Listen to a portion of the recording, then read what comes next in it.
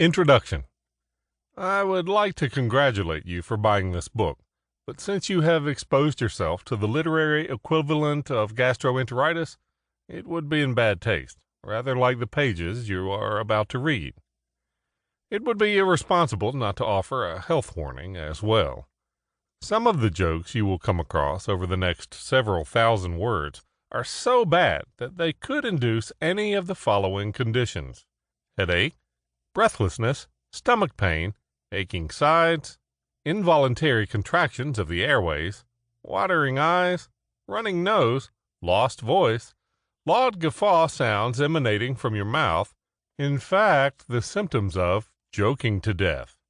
Indeed, it is possible that some of the readers of this collection of frankly awful jokes will need hospitalization to get themselves back on an even keel. In fact, you would be ill-advised, and trust me, as jokes go, that is one of the better ones, to read this alone, or at least without arranging for a friend to check on you in a couple of hours. In these days of gender fluidity, the idea of jokes being constrained to being told by just dads is rather old-fashioned. Not as old as some of the gags you're about to read, but then nothing living today could be.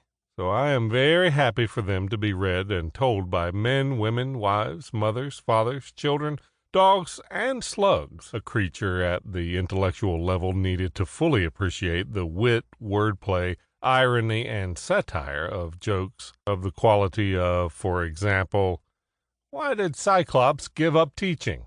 Because he only had one pupil. Please feel free to take a rest and gather yourself together before continuing. Indeed, thinking about teaching reminds me of the English teacher who asked the science teacher out on a date.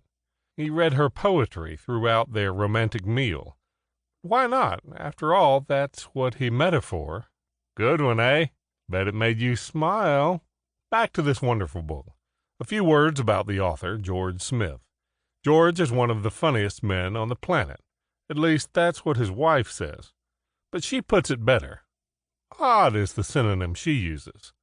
In fact, she often adds the word worryingly in front of the adjective. But their private life is their business. This book will make you a healthier, saner, more rounded person. Okay, so maybe your job is on the line.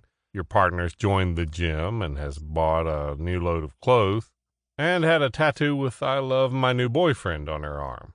I know that doesn't work if you are her new boyfriend, but you're not going to get perfection for the money you paid for this book. Your kids have entered adolescent gruntland. Your car will cost more to repair than it's worth. The roof's leaking, and Donald Trump is president. But read just one of the jokes that follow, and you will realize how bad life could really become.